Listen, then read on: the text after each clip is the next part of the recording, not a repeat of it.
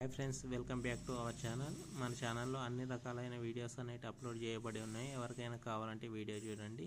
ఇప్పుడు next lesson మనకు perspectives of ఎడ్యుకేషన్లో మనకి వచ్చేసి విద్య మరియు చారిత్రక దృక్పథాలు అని ఇక్కడ ఉంది. ఇక్కడ ఏంటి అని అంటే వేదకాలంలో విద్య ఏ విధంగా జరిగింది మరియు తర్వాత ఏ విధంగా జరిగింది అనేది ఇక్కడ ఉంది. అంటే వేదకాలంలో విద్య వచ్చేసి మనకి గురువే ఎక్కువ కేంద్రీకృతంగా జరిగిందండి. పిల్లవాడు ఓన్లీ వినడం వరకే ఉండేది. సో ఇది వచ్చేసి మనకి వేదకాలంలో జరిగిన విద్యా విధానం. ఇందులో వచ్చేసి మనకి ఈ విధానంలో విద్యార్థుల మూర్తిమత్వ వికాసానికి పలు అవకాశాలు కల్పించబడ్డాయి. అంటే ఈ విధానంలో కూడా కొద్దిగా అవకాశం అనేది ఉన్నది, పిల్లవాడు నేర్చుకొని ఎదగడానికి అనేటి అవకాశం ఉంది అని ఇక్కడ మీనింగ్ అన్నట్టు. అలాగే విద్యార్థులు గురుకులాల్లో, అరణ్యాల్లో బ్రహ్మచర్యంతో నిరాడంబరంగా గడిపేవారు. అంటే విద్యార్థులు ఎక్కడ చదువుకునేవారు? గురుకులాల్లో చదువుకునేవారు, అంటే అరణ్యాల్లో చదువుకునేవాళ్ళు. వాళ్ళకి పెళ్ళి కాకముందు మాత్రమే వాళ్ళు చదువుకునేవాళ్ళు. దాన్నే బ్రహ్మచర్యం అని అంటారు. సో ఇది వచ్చేసి ఇది. అలాగే విద్యార్థులు ఏం చేసేవారు? వాళ్ళ ఇంట్లో పనులు చేసుకుంటూనే, అలాగే గురువుకు హెల్ప్ చేస్తూనే గో సంరక్షణ కానీ, గోసేవ కానీ, యజ్ఞయాగాది కృతులు అనంటే ఆవులకు మేత వేయడం, ఆవుల్ని చూసుకోవడం అలాంటివి చేసుకుంటూనే విద్యార్థులు అనేవాళ్ళు చదువుకునేవాళ్ళు. ఇందులో వచ్చేసి మనకి విద్యా లక్ష్యాలు అని ఒకటి ఉంది. ఇందులో విద్యా లక్ష్యాలు ఏంటివి? అప్పట్లో విద్యా లక్ష్యాలు ఎలా ఉండేవి అంటే ఐహికం అని ఉండేది. ఐహికం అంటే సమాజంలో ఒక ఉత్తమ వ్యక్తిగా సంఘజీవనం గడపడానికి ఉపయోగపడేదే మనకి అపర విద్య అనంటే. ఒక అతను మనకి అప్పట్లో ఏం చేసేవారు అని అంటే సంఘజీవనం ఎలా గడపాలి, ఎలా ఉంటే మంచిగా ఉంటాడో అనే దాని ప్రకారమే విద్య అనేది చెప్పేవారు. సో దాన్ని అపర విద్య అని చెప్పుకోవచ్చు. అలాగే ఆయుష్మికం అని అంటారు. ఆయుష్మికం అని అంటే ముక్తి కానీ మోక్షం కానీ పొందడానికి ఉపయోగపడేది మనకి పర విద్య అనంటే. ముక్తి కానీ మోక్షం కానీ. ఆయుష్మికం అని అంటే ఇప్పుడు ముక్తి కానీ మోక్షం కానీ ఇప్పుడు దేవుళ్ళ కోసం చేస్తారు చూడండి, అది మనకి అది పర విద్య. అలాగే సతిశీలం సత్ప్రవర్తనతో బ్రహ్మచర్యాన్ని పాటించడం అంటే ఒక మంచి మనసుతో మంచిగా ఉంటూ మంచి నియమాలు పాటిస్తూ బ్రహ్మచర్యాన్ని పాటించడమే మనకి విద్య యొక్క లక్ష్యం. అప్పుడు అంటే వేదకాలంలో ఎలా ఉండేది అని అంటే ఇలాగే చాలా కఠినంగా ఉండేటివి అన్నట్టు. అంటే బ్రహ్మచర్యం ఉంటేనే చదువుకోవాలి, లేకపోతే చదువుకోవద్దు. మంచిగా నిజాలు మాట్లాడాలి, అలాగైతేనే చదువుకోవాలి, లేకపోతే చదువుకోవద్దు. అలా ఉండేది మనకి విద్య అనేది.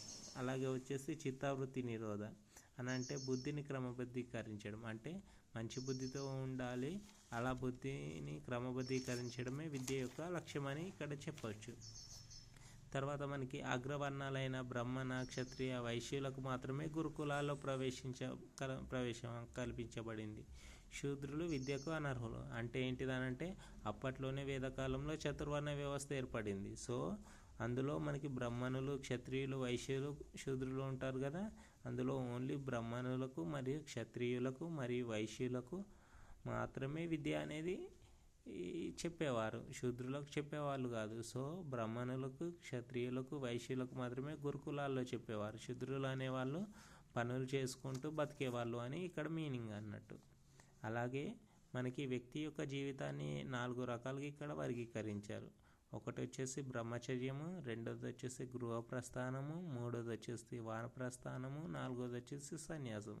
అంటే మనిషి ఎలా బ్రతుకుతాడు? ఫస్ట్ బ్రహ్మచర్యం అని అంటే పెళ్లి చేసుకోకముందు ఉండేదాన్ని మనం బ్రహ్మచర్యం అంటారు.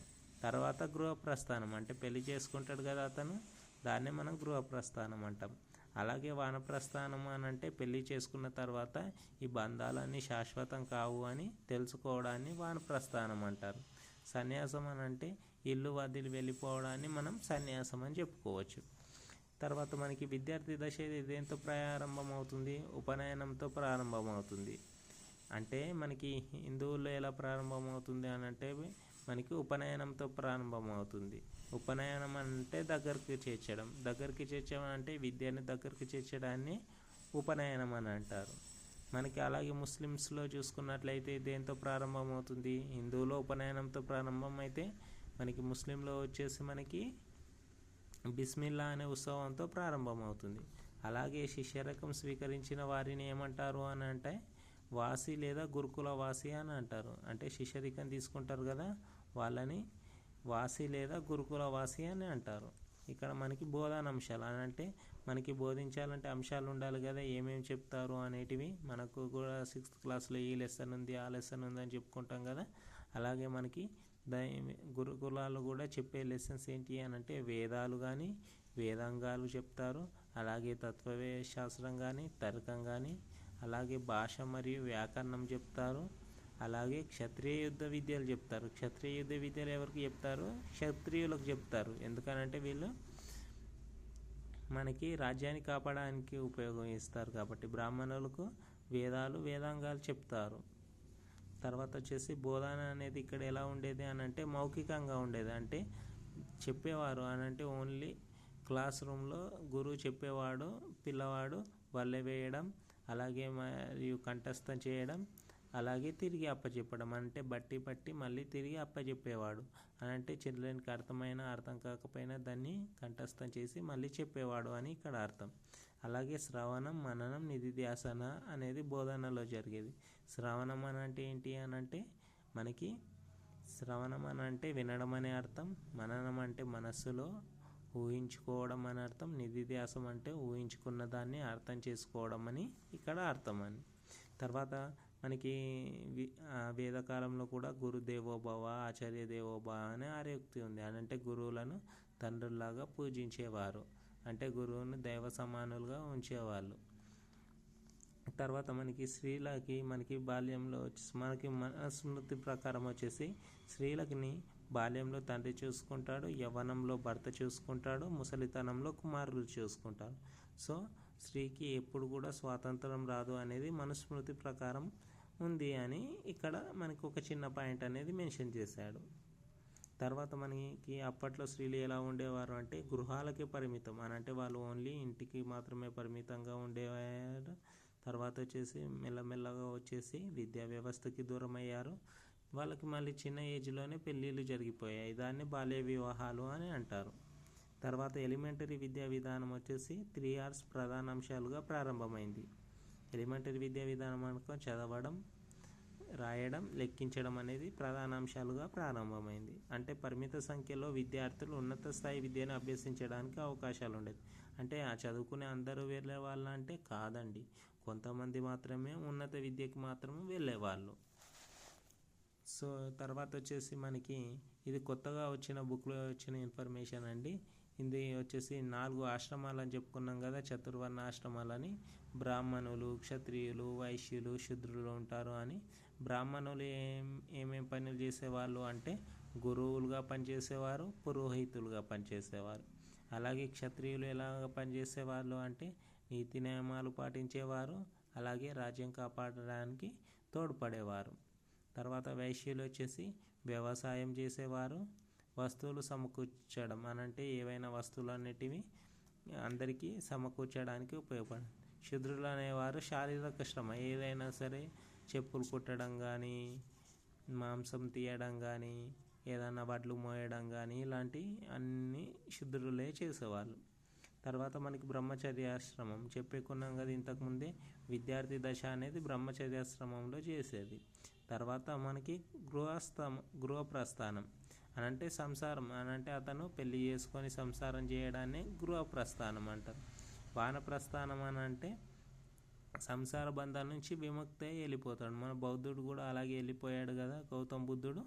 సో ఇదే అన్నట్టు. తర్వాత సన్యాసాశ్రమం అంటే దైవానుగ్రహానికి అతను కృషి చేస్తాడు. అని అంటే ఎలా దేవుణ్ణి చేరాలి అనే దాన్ని కృషి చేస్తాడు.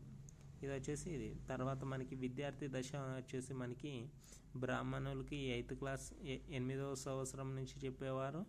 అలాగే క్షత్రియులకు అడుగుతాడండి, క్వశ్చన్ అడిగే ఛాన్సెస్ అనేటివి ఉన్నాయి. బ్రాహ్మణులకు 8వ తరగతి నుంచి చెప్పేవాళ్ళు, క్షత్రియులకు 11వ తరగతి నుంచి చెప్పేవారు, వైశ్యులకు 12వ తరగతి నుంచి చెప్పేవాళ్ళు. అలాగే శూద్రులకి ఎలాగో చెప్పేవాళ్ళు కాదు కాబట్టి అది అవసరం లేదు. బ్రాహ్మణులకు 8, క్షత్రియులకు 10, వైశ్యులకు 12. ఇవి నంబర్స్ అనేటివి గుర్తుంచుకోండి. అలాగే ఉపనయనం అనే పద్ధతి అనేది మనకి హిందూ విధానంలో జరిగితే బిస్మిల్లా అనేది ముస్లిం విధానంలో జరిగేది. అలాగే విద్యార్థి దశ అయిన బ్రహ్మచర్య దశ పిల్లాడికి 18 సంవత్సరాలు వచ్చే నాటికి దేంతో ముగుస్తుంది? సమావర్తనోత్సవంతో ముగుస్తుంది. 18 సంవత్సరాలు రాగానే సమవర్తనోత్సవం అనేది జరిపి బ్రహ్మచర్యం అనేది ముగుస్తుంది. తర్వాత మనకి పాఠ్య ప్రణాళిక అనేది ఎలా ఉండేది అని అంటే, ఇంతకుముందే ఆల్రెడీ చెప్పుకున్నాం కదా, బ్రాహ్మణులకు వేదాంగాలు బోధించేవాళ్ళు, అలాగే క్షత్రియులకు వచ్చేసి యుద్ధం మరియు రాజనీతి ధర్మశాస్త్రం బోధించేవాళ్ళు, అలాగే వైశ్యులకు వచ్చేసి వ్యవసాయం గురించి, వాణిజ్యం గురించి, గణితం గురించి, జ్యోతిష్యం గురించి, వృత్తి విద్య గురించి బోధించేవాళ్ళు.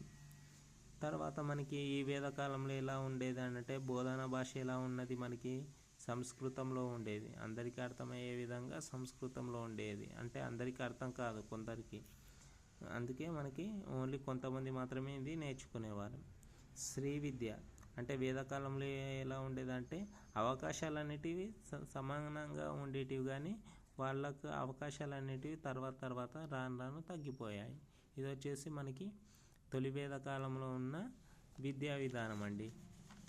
ఇది వచ్చేసి మనకి మన క్లాస్ ఎవరికైనా నచ్చినట్లయితే మన ఛానల్ని సబ్స్క్రైబ్ చేయండి. అలాగే లాంగ్ వీడియోస్, బయాలజీ మెథడాలజీ కానీ 90 days ప్లాన్ కానీ మనకు చెప్తున్నాము, అది కూడా చూడండి. Thank you guys.